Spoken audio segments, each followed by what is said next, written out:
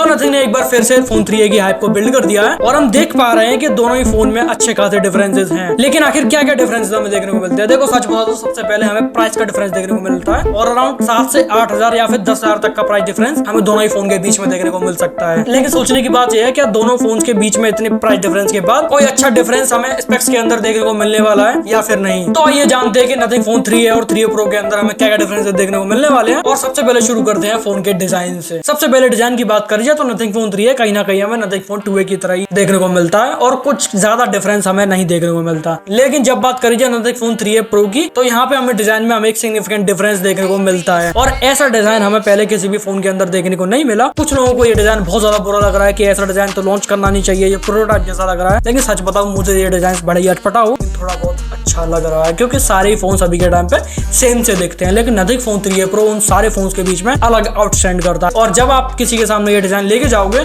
तो वो दूर से पहचान लेगा, मतलब 1 किलोमीटर दूर से भी लोग पहचान लेंगे कि ये नथिंग फोन 3a प्रो ही है। अब डिजाइन में मैं एक पॉइंट और ऐड करना चाहूंगा कि जनरली हम देखें तो 20,000 के फोन के अंदर हमें IP68, IP69 ये देखने को मिल जाते हैं। लेकिन अनफॉर्चुनेटली नथिंग में इस बार भी ऐसी कोई IP रेटिंग देखने को नहीं मिलती। यहाँ पे शायद IP64 देखने को मिलने वाली है जो कि कोई बहुत ज्यादा वाटर प्रूफ नहीं होती। लेकिन जहां तक है कभी आपका फोन पानी के कांटेक्ट में आया तो नॉर्मली बच जाना चाहिए और वारंटी कोई भी कंपनी नहीं देती तो इनसे भी क्या उम्मीद करो। तो जनरली आप पानी से इस फोन को दूर रखें तो ही ज्यादा अच्छा रहेगा। अब फोन के डिस्प्ले की बात करी जाए तो दोनों ही फोन के अंदर ऑलमोस्ट सेम साइज डिस्प्ले देखने को मिलने वाला है और डिस्प्ले के अंदर कुछ बहुत ज्यादा सिग्निफिकेंट डिफरेंस नहीं देखने को मिलेगा। और दोनों ही फोन के अंदर जहां तक है 6.7 इंचेस का 120 हर्ट्ज का फ्लैट एमोलेड पैनल देखने को मिलने वाला है और अनहेड डिस्प्ले सेंसर भी हमेशा की तरह डिस्प्ले के अंदर ही देखने को मिलेगा। और नथिंग के UI की वजह से सीमा फोन 1 का भी अच्छे से खुल जाता है तो ये तो फिर भी कोई दिक्कत नहीं होने वाली। और नथिंग के UI की वजह से मोस्ट प्रोबेबली इन दोनों ही डिस्प्ले के अंदर HDR कैपेबिलिटीज हमें देखने को मिलेंगी। तो जनरली मैं दूसरे फोन्स की बात करूं तो दूसरे फोन्स का जो नीचे का नॉच होता है वो थोड़ा बहुत बड़ा होता है बाकी बेजल से। और वहीं नथिंग की बात करी जाए तो यहाँ पे हमें सिमेट्रिकल बेजल देखने को मिलते हैं तो उसकी वजह से थोड़ी फोन की डिस्प्ले ज्यादा अच्छी लगती है देखने में, थोड़ी बहुत आईफोन जैसी लगती है। वही बात करी जाए दूसरे फोन्स की तो वो जनरली उतने ज्यादा सिमेट्रिकल नहीं होते, इसी वजह से नथिंग के फोन डिस्प्लेज में दूसरे फोन से कंप्लीटली आउटस्टैंड करते हैं। अब दोनों ही फोन के अंदर हमें मोस्ट प्रोबेबली सेम ही प्रोसेसर देखने को मिलने वाला है विच इज स्नैपड्रैगन 7 Gen 3 जिसके एंट्री स्कोर्स की बात करिए तो जनरली हमें 8-8.5 लाख के आसपास देखने को मिल जाते हैं विच मींस नॉर्मल यूजर को ये फोन कोई भी कमी नहीं देखने को मिलने वाला। और हो सकता है कि BGMI में जब 15,000 के सेम फोन 1 के अंदर हमें 120 FPS का ऑप्शन देखने को मिला तो शायद हो सकता है कि इन फोन्स के अंदर भी 120 FPS खुला मिल जाए या फिर एटलीस्ट 90 FPS तो मैं एक्सपेक्ट करता हूँ नथिंग के फोन से, क्योंकि ये प्रोसेसर कहीं ना कहीं Dimensity 7300 से तो बेटर होने ही वाला है और स्नैपड्रैगन की ऑप्टिमाइजेशन भी बेटर करी जा सकती है। तो डेफिनेटली इससे मैं थोड़ी बहुत BGMI के अंदर आराम से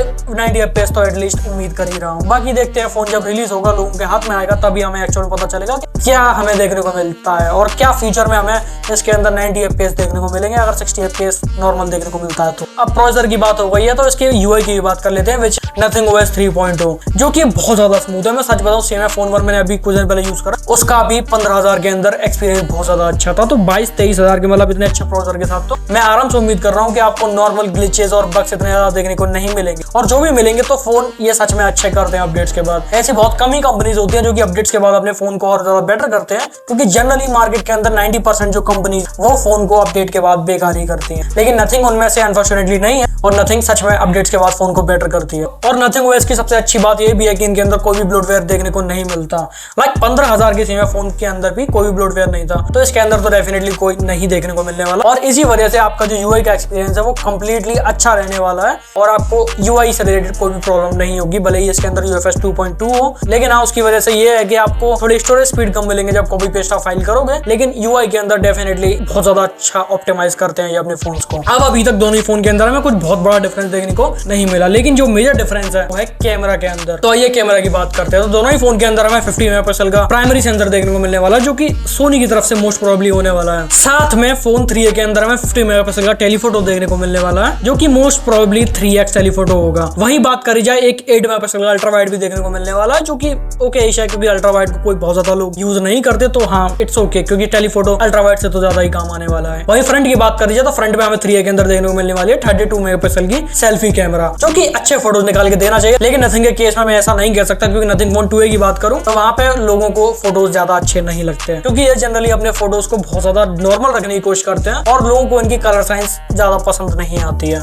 अब देखते हैं कि इनके एक्चुअल में फोटोज कैसे होने वाले हैं। अब बात करूं 3A Pro की, तो वहां पे हमें कैमरा सेंसर में अलग डिफरेंस देखने को मिलता है। वहां भी हमें 50 मेगापिक्सल का प्राइमरी सेंसर तो देखने को मिलता ही है, लेकिन साथ में एक पेरिस्कोप सेंसर की बात की जा रही है जो कि 5x पेरिस्कोप होने वाला है। वहीं बात कर जाए तो 8 मेगापिक्सल का अल्ट्रा वाइड उसके अंदर भी देखने को मिलेगा। तो मेन डिफरेंस की बात कर जाए तो कैमरा के अंदर हमें पेरिस्कोप सेंसर और टेलीफोटो सेंसर के ही बीच में देखने को मिलने वाली। वहीं फ्रंट में बात करी जाए तो इस फोन के अंदर हमें थोड़ा बहुत फ्रंट कैमरा के अंदर भी चेंज देखने को मिलने वाला है। जहां हमें 3A के अंदर 32 मेगापिक्सल का सेंसर देखने को मिलने वाला था, वहीं 3A Pro के अंदर हमें 50 मेगापिक्सल का सेल्फी कैमरा देखने को मिलने वाला है। अब इनका हार्डवेयर अच्छा है तो इसका मतलब ये नहीं कि फोटोज भी अच्छे आएंगे, क्योंकि नथिंग की जो ट्यूनिंग होती है वो जनरली डे 1 पे फोन की अच्छी नहीं होती। वो 5-6 महीने बाद अपडेट्स आते आते अच्छे हो जाते हैं। लेकिन हाँ, अच्छे हो जाते हैं, ये बात अच्छी है। और लॉन्च होते ही फोन के पीछे ना भागें, 15-20 दिन रुक जाएं ताकि इसके कैमरा टेस्ट अच्छे से आ जाए और उसके बाद अपना बाइंग डिसीजन बनाएं कि इसका कैमरे के लिए आपको फोन लेना चाहिए या फिर नहीं लेना चाहिए। तो अब यही मेजर डिफरेंसेस हमें दोनों ही फोन के अंदर देखने को मिलने वाले हैं। और ग्लिफ इंटरफेस तो ऑब्वियसली हमें दोनों ही फोन के अंदर देखने को मिलने वाला है। अब उसे लोग जनरली कहते हैं कि ज्यादा यूज नहीं करते, तो इसी वजह से मैंने डिजाइन वाले पार्ट में इसको बहुत ज्यादा प्रायोरिटी नहीं दी। लेकिन हाँ, आपको देखने को मिलते हैं और डेफिनेटली नथिंग के फोन दूसरे फोन से अलग तो दिखते ही हैं। अब यही मेजर डिफरेंसेस हमें दोनों ही फोन के अंदर देखने को मिलने वाले हैं 3A और 3A Pro के अंदर। लेकिन कुछ लोग ऐसे भी होंगे जो कि 15,000 के अंदर अच्छा फोन देखना चाह रहे हैं। तो सेम फोन 1 का 7 महीने बाद का रिव्यू आ चुका है और इस वीडियो पे क्लिक करो और जान लो खुद ही कि आखिर 7 महीने बाद